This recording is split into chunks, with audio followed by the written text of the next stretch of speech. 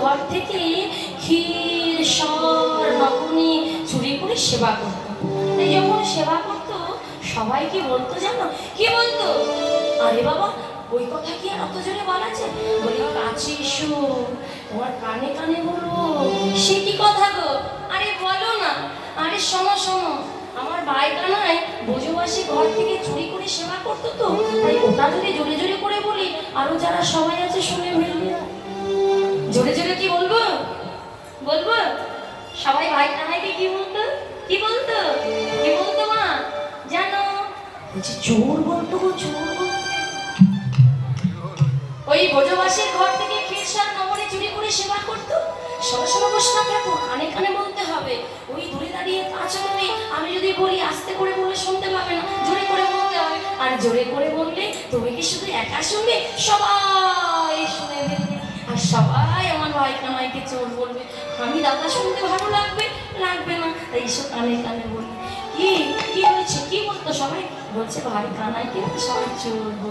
এই শোনো শোনো, তোমার ভাই কানাই বোঝে চোর ছিল বটে, কিন্তু নদিয়ায় গিয়ে কি হয়েছে জানো? ও যে চোর ছিল সাধু হলো, চোর ছিল সাধু হলো, চোর ছিল সাধু হলো,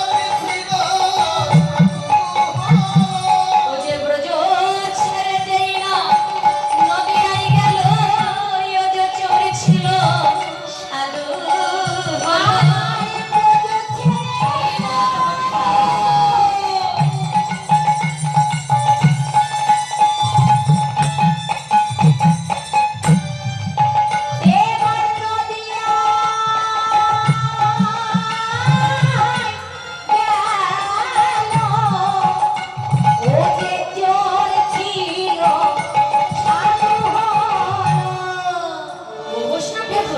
আরো একটা কথা বলবো জানো? বলছি কি কথা গো? বলছি শোনো শোনো, আমার ভাই কানাই হতে পারে নন্দ মহারাজের পিতা, কিন্তু ও না একটু মূর্খ ছিল গো। তাই ও কিছু জানতো না তো, তাই ব্রজবাসীরা সবাই ওকে মূর্খ বলে ডাকতো। হ্যাঁ, কিন্তু সবাই আবার বলতো যে এই এই ভাই কানাই, তুই না নন্দ মহারাজের পিতা? আচ্ছা তুই নন্দ মহারাজের না পুত্র? নন্দ মহারাজ তোর পিতা, নন্দ মহারাজের পুত্র হয়ে তুই কেন মূর্খ রয়ে গেলি বলতো? ও বৈষ্ণব রাখো, তবে শোনো না, বলছি এত কিছু যখন বললে তাহলে এটাও একবার বলো না গো, আমার ভাই কানাই ব্রজ ছেড়ে নদিয়ায় গিয়ে সে কি ওই মূর্খ আছে? বলছে মূর্খ ছিল কিন্তু জানো জানো, হ্যাঁ তোমরা সবাই জানো, শোনো শোনো, ও মূর্খ ছিল বটে, কিন্তু যে না ব্রজ ছেড়ে নদিয়ায় গেল ও যে পণ্ডিত হয়েছে,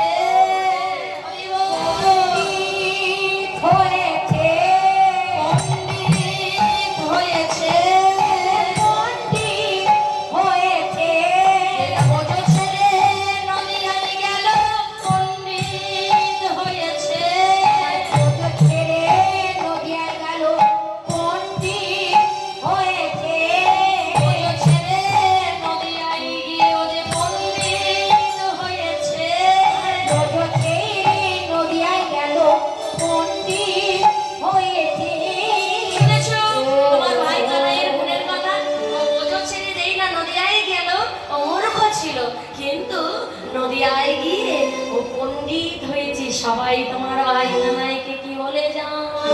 ওই বৃন্দাবন ছেড়ে যেই না তোমার ভাই কানাই নদিয়ায় গেল, আর নদিয়ায় গিয়ে তোমার কানাই যেই না পণ্ডিত হলো, সবাই তাকে কি বলে ডাকতো জানো? নিমাই পণ্ডিত। আমাদের ভক্ত বাবা ভগবানের এটা কথা শ্রবণ করে 50 টাকা দান করেছে। ভক্তের দান যেন গোবিন্দের চরণে গিয়ে পৌঁছায়, ভক্ত যেন এমনি ভাবে দান করতে পারে যে আশা নিয়ে দান করেছে, আমার ভগবান যেন ভক্তের মনোবাসনা পূরণ করে।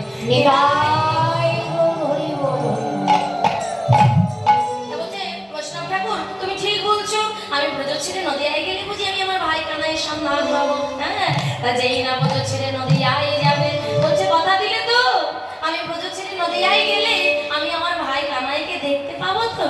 তাই আজ বৃন্দাবনের পথ দিয়ে হেঁটে হেঁটে যেই না আজ নদিয়ার রাজপথ ধরেছি, এমন সময় ভোর হব হব পথের মাঝে নবদ্বীপের রাজপথে এক বৈষ্ণব ঠাকুর ভোরবেলা অন্ধকার অন্ধকার আচ্ছা আচ্ছা আছি আর সুরধনী গঙ্গার তীরে যেই না স্নান করতে যাচ্ছেন, সেই ভক্ত বদনে কি বলতে বলতে যাচ্ছেন, সম্মানে ভোর অন্ধকার একটু একটু ভাব আছে। ভক্ত তো সেই ভক্ত হলো নন্দ আচার্য। সেই নন্দ আচার্য যেই না নবদ্বীপের রাজপথ দিয়ে ভোরবেলায় হরিনাম গাইতে গাইতে যাচ্ছে, পথের মাঝে নিত্যানন্দ প্রভুর সঙ্গে দেখা, দূর থেকে নিত্যানন্দ প্রভু দর্শন করছে।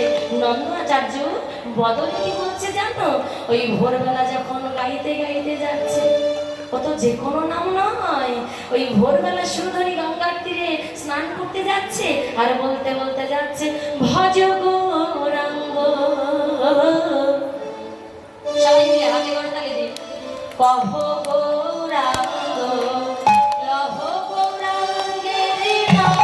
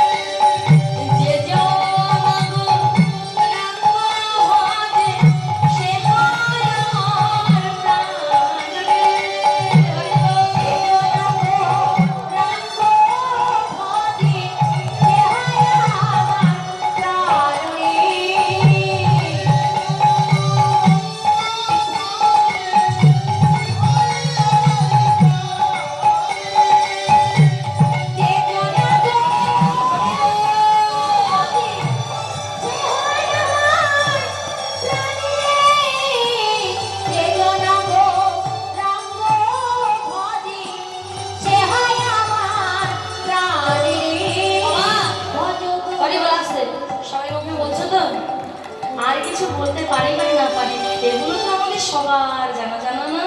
হ্যাঁ, তো বলছে হরির বাসরে বসে কীর্তনিয়া যেটা যেটা বলবে সেটা ভক্তরা নাও জানতে পারে, তাতে কি হয়েছে, তাতে কোনো অসুবিধা নেই। কিন্তু এইটুকু নাম তো সবার জানা, কলির জ্ঞান অন্ধ জীব, কর্মই অন্ধ জীব, পাপি তাপি জীব, অন্ধ যে সেও বলতে পারবে, বোবা যে সেও বলতে পারে।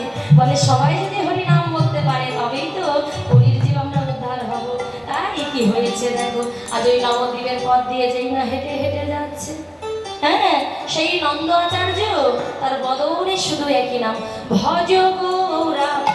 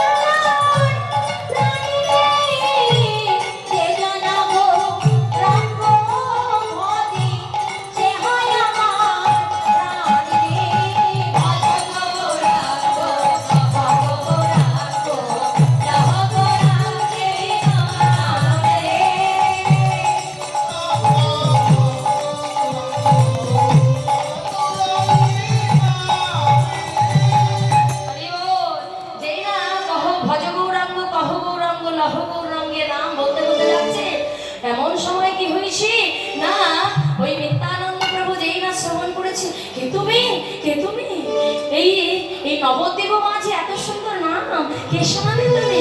তবে তুমি যখন নাম শোনাচ্ছ, আজ তোমার বদনে বদল রেখে আমিও সেই নাম করবো।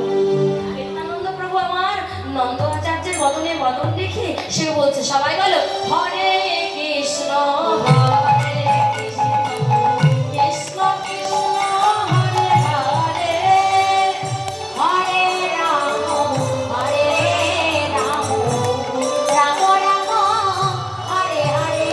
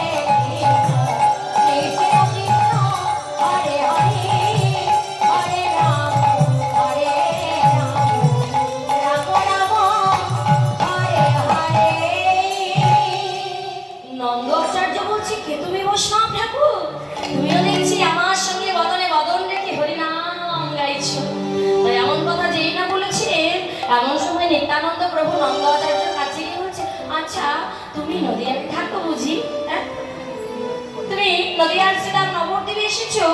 আচ্ছা, তোমাকে একটা কথা বলবো। বলছে কি কথা বলো? বলছে তুমি প্রত্যেকদিন এখানেই থাকো, তাহলে তুমি কি আমার ভাইকে দেখেছো? তুমি আমার ভাইকে দেখেছো? বলছে তোমার ভাই সে আবার কে? যেই না বলেছে তোমার ভাই সে আবার কে, অমনি নন্দ আচার্য বলে ভক্তের কৃপা না থাকলে কি কখনো ভগবানের দর্শন পাওয়া যায়? ভক্তের কৃপা, ভক্ত যদি ভগবানকে ডাকার মতো ডাকতে পারে তবে না ভক্ত ভগবানের কৃপা পাবে। শাস্ত্রে বলেন আরো প্রভু নিত্যানন্দ, নিতাইয়ের করুণা তো অত সহজে পাওয়া যায় না। নিত্যানন্দর কৃপা পেতে হলে, করুণা পেতে হলে তাকে সেই ভক্ত হতে হবে।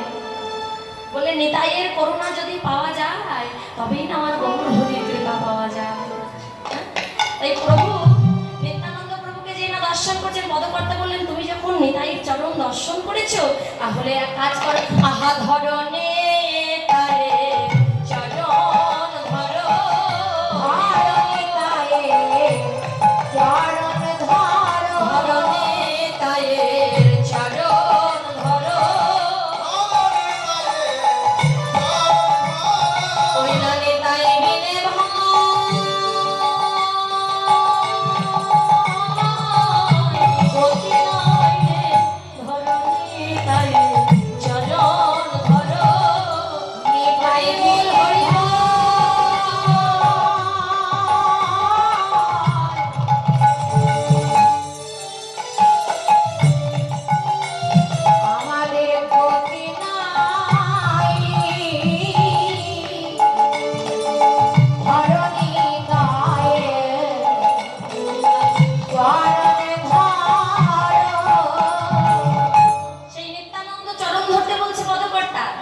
নিত্যানন্দ প্রভু আর গৌর হরি কৃপা করে হরি নামের বন্যা নিয়ে এলো বলে তবে পাপি উদ্ধার হলো। কি বাবা, তাই তো বলছে নিত্যানন্দ আর গৌর হরি কৃপা করে করুণা করে হরি নামের বন্যা নিয়ে এলো তবে না আমরা কলির পাপি তাপি যে উদ্ধার হলো। তাই তো বললেন সবাই মিলে হাতে করতালি দিয়ে প্রেমানন্দে মেতে হরি বলো, ও হরি নামের বন্যা যে এলো, হরি বলো।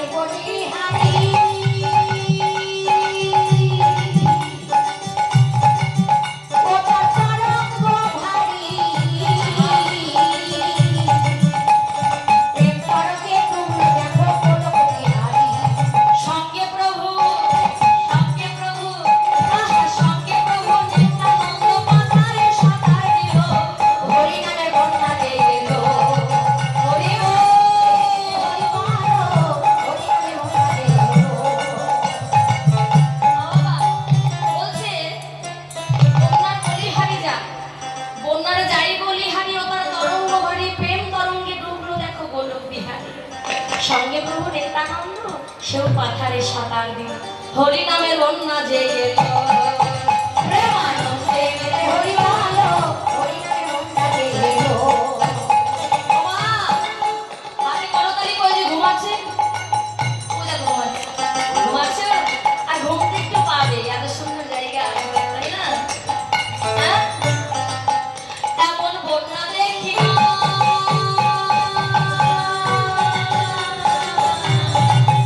মানুষ শুকনা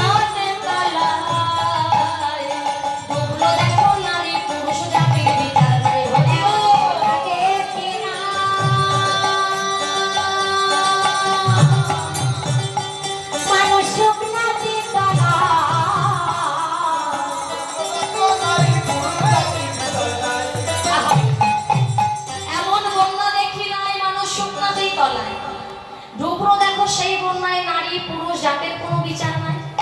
ও মা, তোমাদের এলাকায় বন্যা হয়? বন্যা হয় না? তবে যেখানে বন্যা হয়, যেখানে বন্যা হয় বাবা, সেখানে জল থাকে না? থাকে। বলছে আবার কেমন বন্যা গো? এখানে যেমন হরিনামের বন্যা হয়েছে, বন্যা হয়েছে বটে কিন্তু জল নাই। বুঝতে পারছেন? এমন বন্যা দেখি না মানুষ শুকনাতে তলায়, ডুবলো দেখো নারী পুরুষ জাতির বিচার নাই। এমন বন্যা দেখি না মানুষ শুকনাতে তলায়, ডুবলো দেখো নারী পুরুষ জাতির বিচার নাই। হরিদাস ঠাকুর হরিদাস, ঠাকুর হরিদাস না জিরো ছেলে সেও দিন ডুবে গেল। বন্যা গেল প্রেমানন্দে মেতে হরি বলো, হরিনামের বন্যা গেল প্রেমানন্দে মেতে হরি বলো, হরিনামের বন্যা গেল। একবার হরি বল বলে সবাই বলছে তোমরা হরি বল বলে হরি নামের জলে ডুব দেবে না? এত সুন্দর হরি নামের বন্যা যখন দেখতে পাচ্ছ, সবাই নামবে না হরি নামের জলে? কি ভাইরা নামবে না? সাইডে কি নামবে না তোমরা? আরে বাবা, জলে নামতে হবে তো। এই যে সামনে একটা সুন্দর একটা বিল দেখতে পাচ্ছি, এবার ওই বিলটা আমি দেখতে পাচ্ছি, দেখে মনে হচ্ছে গরমের দিন দেখবি কোথাও যদি একটু খাল বিল দেখা যায়, মনে হয় একটু যদি স্নান করতে পারতাম খুব ভালো লাগে। হ্যাঁ, এবার আমি স্নান করতে যাব, কিন্তু আগে দেখতে হবে জলটা ঠান্ডা না গরম। আমি জলে দেখবো ঠান্ডা না গরম, সেটা দেখার জন্য আমাকে কিন্তু বাবা এই জলের মধ্যে নামতে হবে। না নামলে আমি কি করে বুঝবো যে জলটা ঠান্ডা না গরম? তাই তো পদকর্তা বলছে তোমরাও নামো হরি নামের জলে, দেখো কি আছে। বলে হরি নামে কি আনন্দ ডুবলে জানা নামে যে ডুবেছে সেই তো জানে, বলি অন্যের জানা ও অন্যের জানা বড় দায়। সবাই মিলে একবার হরি বল বলে তোমরাও নামো সেই জলে, ডুবলো যাদের পেল রতন সন্তোষ তাই বলে। একবার হরি বল বলি তোমরা নামো সেই জলে, ডুবলো দেখো সন্তোষ কয়ে। হরি বল বলে তোমরাও হরি নামের জলে নামো, ডুবলো যে জলে পেল রতন। ও বাবা, রতন কোথায় থাকে? রতন রতন থাকে সমুদ্রের অনেক গভীরে বা তলদেশে। সেই রতনের সন্ধান কারা জানে গো মা? বলে কারা জানে জানো? জগতে যারা ভালো ডুবুরি, তারাই তো রতনের সন্ধান জানে, তাই না? জগতে যারা ভালো ডুবুরি তারা রতনের সন্ধান জানে। এবার তোমরা বলতে পারো ও কীর্তনিয়া মা, আমরা কি কোনোদিন রতনের সন্ধান জানবো না? অবশ্যই জানবে। তাহলে আমরা ডুবুরি কি করে হব? আরে বাবা, ডুবুরি হতে কি আমার চিন্তা লাগে? সকাল সকাল সদ্গুরু চরণটা জড়িয়ে ধরো, দেখো গুরুদেব তোমাকে পাকাপোক্ত ডুবুরি বানিয়ে দেবে। আর গুরু কৃপা নিয়ে তুমি যখন সমুদ্রের অনেক গভীরে যাবে, যেমন আমি যদি কারো থেকে শিখে কোনো একটা কাজ করি বাবা, সেই কাজটা ভুল হওয়ার কথা কিন্তু একটু কমই হবে। যেমন আমি নদীতে বা বিলে বা খালে স্নান করতে গেছি, আমি সাঁতার জানি না, কেউ যদি আমাকে সাঁতার কাটা শিখিয়ে দেয় তিনি কিন্তু হয়ে যাবে আমার গুরু। তাই আমি যদি সাঁতার কেটে জলে নামি, তাহলে আমি কোনোদিন ডুবে মরবো না। কেন?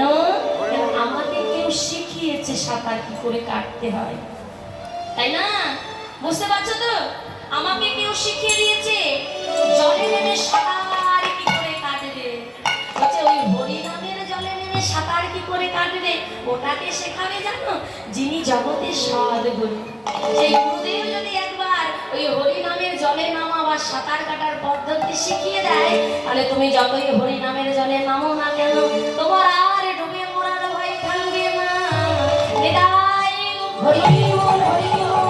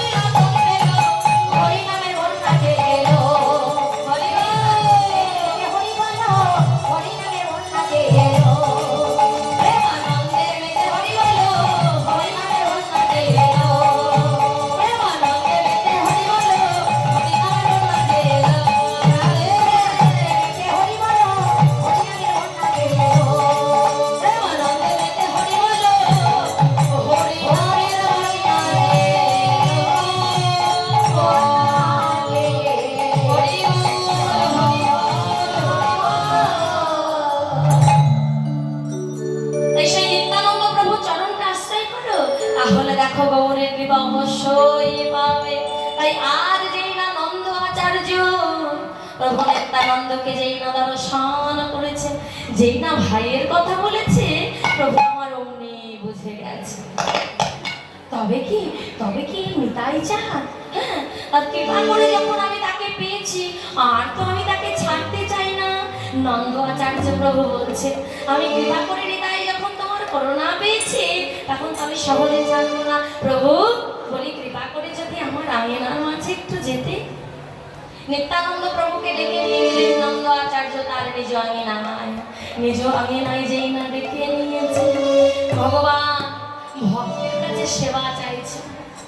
নন্দ আচার্য, আমি কখন তোমার আঙিনায় এসেছি, তুমি আমাকে কিছু সেবা দেবে গো? যেই না বলেছে সেবা দেবে, নন্দ আচার্য কেঁদে বলছে, দয়াময় আমি এমন অভাগা, তুমি আমার আঙিনায় এলে, কিন্তু আমি তোমায় কি দিয়ে সেবা দেব বলো তো? তোমার সেবা দেবার মতো কোনো বস্তু তো আমার আঙিনায় না।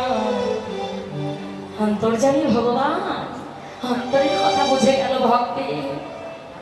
নন্দ আচার্য, তুমি চিন্তা কেন করছো? তোমার আঙিনায় কিছু নাই বলতে তুমি প্রতিটি নদীয়াবাসীর দাঁড়িয়ে দাঁড়িয়ে যাও। আমি তোমায় বলে দিচ্ছি, তোমার আঙিনায় কিছু নাই বলে তুমি কান্না করছো, তুমি কি দিয়ে আমায় সেবা দেবে? আমি তোমায় বলি, শোনো, তুমি প্রত্যেকটি নদীয়াবাসীর দাঁড়িয়ে দাঁড়িয়ে যাবে। ওই নদীয়াবাসী দাঁড়িয়ে দাঁড়িয়ে গিয়ে তুমি একবার বদন ভরে আমার নাম বলবে, দেখবে তখন তোমাকে কেউ ফিরাবে। তাই আর নন্দ আচার্য প্রভু নিত্যানন্দর কথা শুনে প্রত্যেকটি নদীয়াবাসী দাঁড়িয়ে দাঁড়িয়ে গেলে শিখিয়ে দিল, তুমি ওই নদীয়াবাসীর দাঁড়িয়ে গিয়ে কি বলবে? যাও, চিৎকার করে বলবে, দুয়ারে কেউ আছো? জয়নিতাই, আমাকে দুটো ভিক্ষা দেবে গো। বৈষ্ণব ঠাকুররা যখন বাড়ির আঙিনায় আসে, দেখবে ওই বাড়ির আঙিনার মধ্যে গেলে পরে বলে, জয়নিতাই, জয়নিতাই, কেউ আছো? কেউ আছো?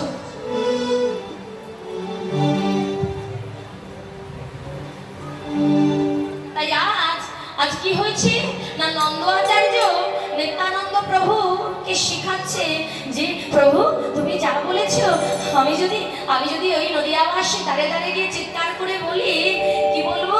বলবে, জয়নিতাই, দুয়ারে কেউ আছো? কেউ আমায় ভিক্ষা দেবে? যখন তুমি বলবে, ওই নন্দ আচার্যকে শিখাচ্ছে নিত্যানন্দ প্রভু, যখন তুমি বলবে কেউ আমায় ভিক্ষা দেবে, তোমায় কেউ ফেরায় দেবে না গো।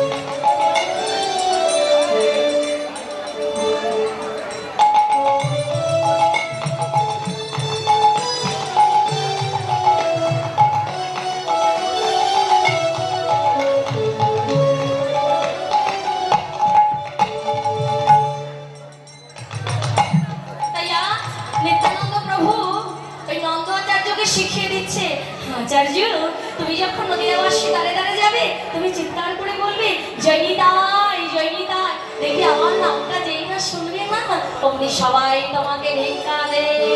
তাই এমন কথা যেই না বলেছেন অমনি নন্দ আচার্য প্রত্যেক নদীয়াবাসী দাঁড়ে দাঁড়িয়ে গিয়ে যেই না জয় নিতাই বলেছেন সবাই তার ভাণ্ডটি ভরে দিয়েছে ফল মিষ্টান্ন চাল।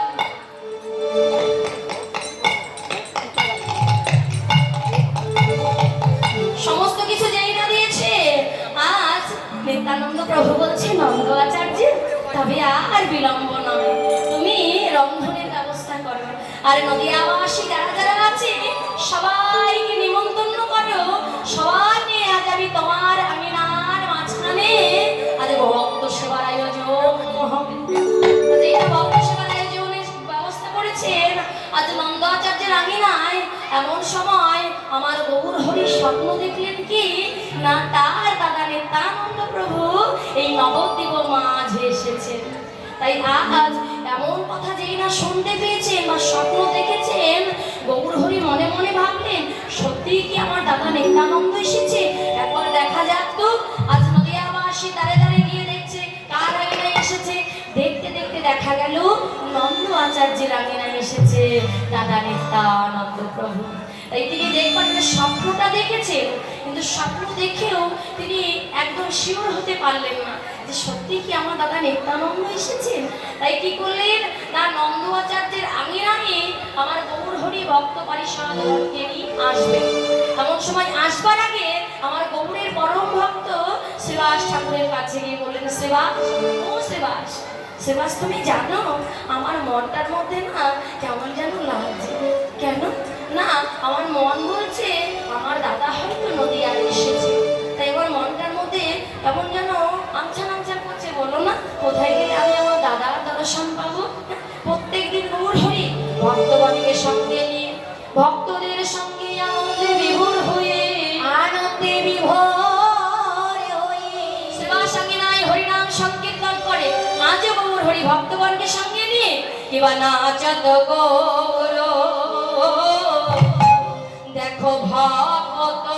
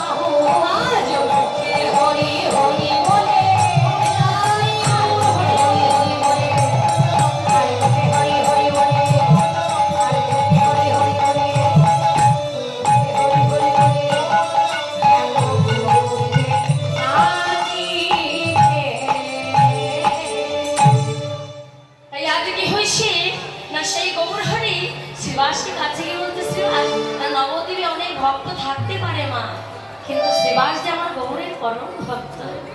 এই গৌর হরি কথোপকথন যা কিছু ওই শ্রীবাসের সঙ্গেই করতেন।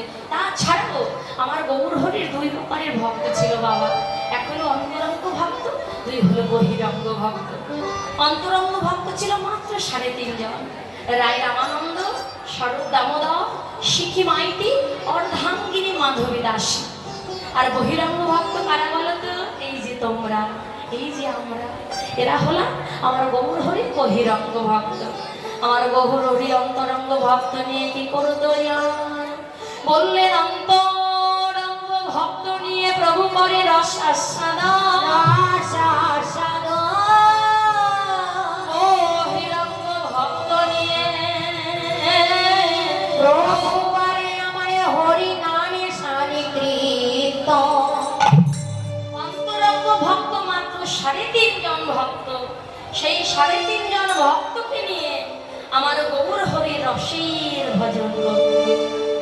আর বহিরঙ্গ ভক্ত এই যে আমরা সবাই, এদেরকে নিয়ে গৌর হরি হরি নাম সংকীর্তন করত। সেই অন্তরঙ্গ ভক্ত রায় রামানন্দ ছিল পরম ভক্ত। 3.5 জন ভক্ত ছিল, তবু কথোপকথন যা বলতেন রায় রামানন্দের সঙ্গে বেশি বলতেন। ঠিক তেমনই ভাবে শ্রীরাম নবদ্বীপে আমার গৌর হরি প্রিয় ভক্ত ছিল শ্রীবাস ঠাকুর। শ্রীবাসের কাছে গিয়ে বলছে, শ্রীবাস আমি না স্বপ্নে দেখলাম আমার দাদা নিত্যানন্দ সে নাকি নদিয়ায় এসেছে। একবার এই নদিয়াবাসীর দাঁড়ে দাঁড়ে গিয়ে চলো তো গিয়ে দেখে আসি, সত্যি সত্যি আমার দাদা নেতাই কোথাও আছে নাকি। সারা নদিয়ার দাঁড়ার খুঁজতে খুঁজতে অবশেষে নন্দ আচার্যের আমি নাম নিজেই না গিয়েছে। ওই নন্দ আচার্যকে ডেকে ডেকে আমার গৌর কি বললেন জান? নন্দ আচার্য, তোমার আঙিনায় কি কোনো বৈষ্ণব ঠাকুর এসেছে? নন্দ আচার্য বলছে, হ্যাঁ হ্যাঁ প্রভু, আমার আঙিনায় এক উজ্জ্বল কান্তি গৌর এক বৈষ্ণব ঠাকুর এসেছে। বলে গৌর হরি বলছে, তার সঙ্গে কি আমি একটু দেখা করতে পারি? নন্দ আচার্য বলছে, প্রভু তাকে কেন আমি আমার আঙিনায় রেখেছি জানো? আমি জানি তুমি তোমার দাদাকে ঠিক একদিন না একদিন খুঁজতে খুঁজতে আমার আঙিনায় যেদিনে তুমি আমার আঙিনায় আসবে, সেদিন আমি গৌর নিতাই একত্রিত করে আমার আঙিনায় পাবো। এই জন্যই তো আমি তোমার দাদা নিত্যানন্দকে আমার আঙিনার মাঝে রেখে দিয়েছি। হ্যাঁ বলি, শোনো নন্দ আচার্য, আমি ওই বৈষ্ণব ঠাকুরের সঙ্গে কিছু বলতে চাই, কিন্তু তোমাকে এখানে থাকলে হবে না। বলি, তুমি যদি আঙিনা থেকে চলে যাও, তারপরে আমি ঘরে দরজা বন্ধ করে দিয়ে ওই বৈষ্ণব ঠাকুরের সঙ্গে আমি দুটো কথা বলবো। নন্দ আচার্য বললেন, তুমি যাই করো তাই করো প্রভু, তোমাদের দুজনকে তো আমি একত্রিত করেছি, এই তো আমার পরম সৌভাগ্য। আমি আঙিনার মাঝে তোমাদেরকে কাছে পেশ, শুধু ওই আঙিনায় নয়, শুধু যে আঙিনায় আমরা বসবাস করি সেই আঙিনায় নয়, কোন আঙিনায় পেয়েছি জানো? আমি আমার হৃদয় আঙিনায় পেয়েছি দয়াল হরি পেয়েছি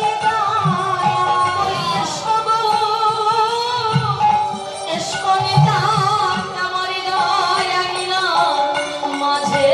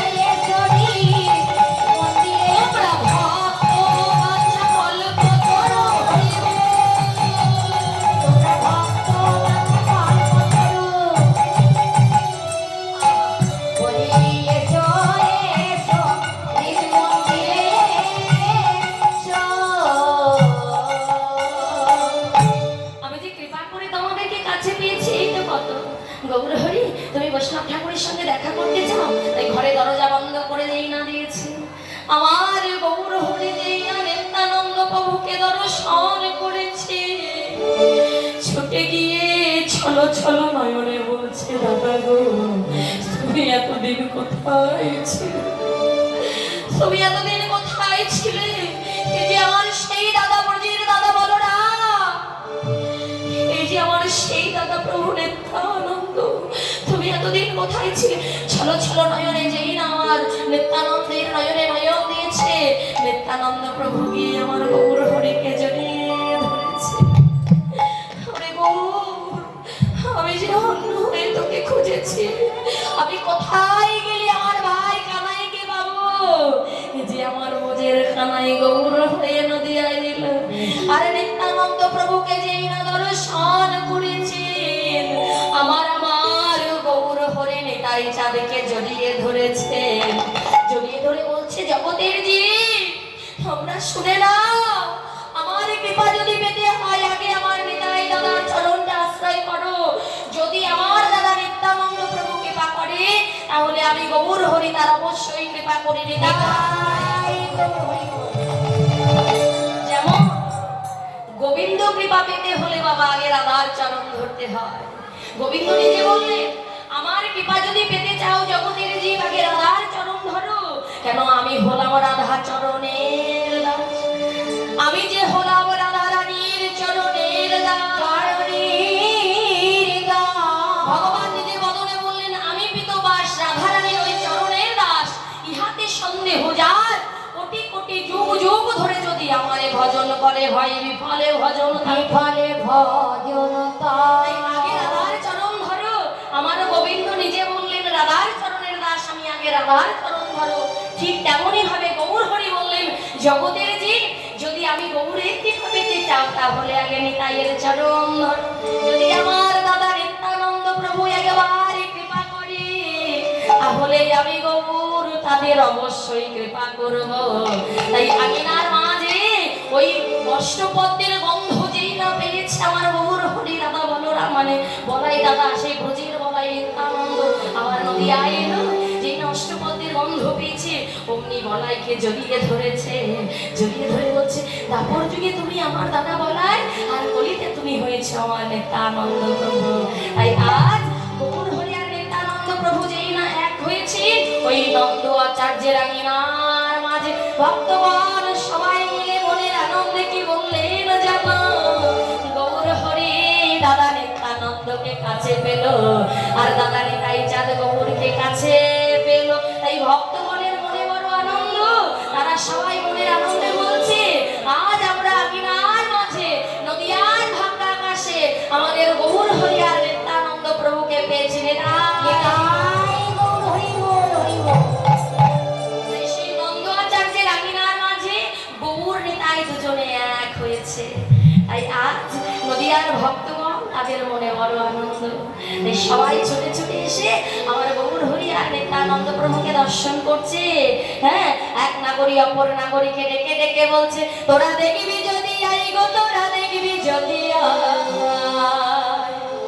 আমাদের গৌর নিতাই এলো সবার নদিয়ায়। হরি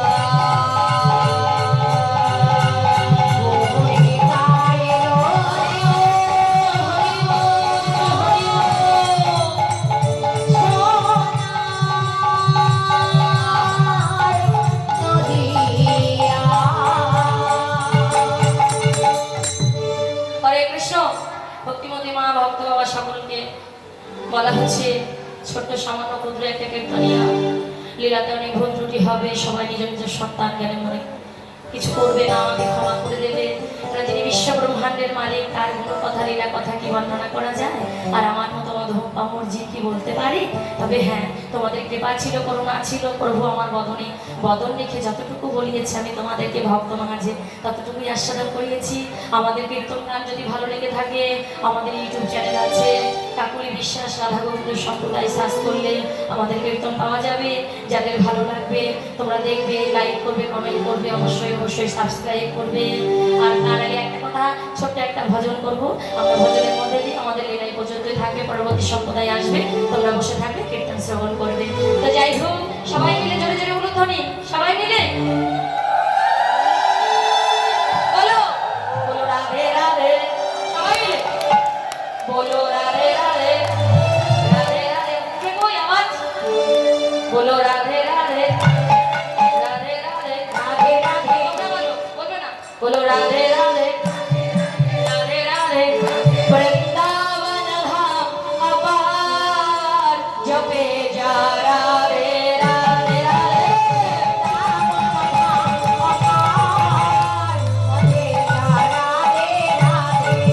বৃন্দাবন ধাম আপার জপে যা রাধে রাধে রাধে,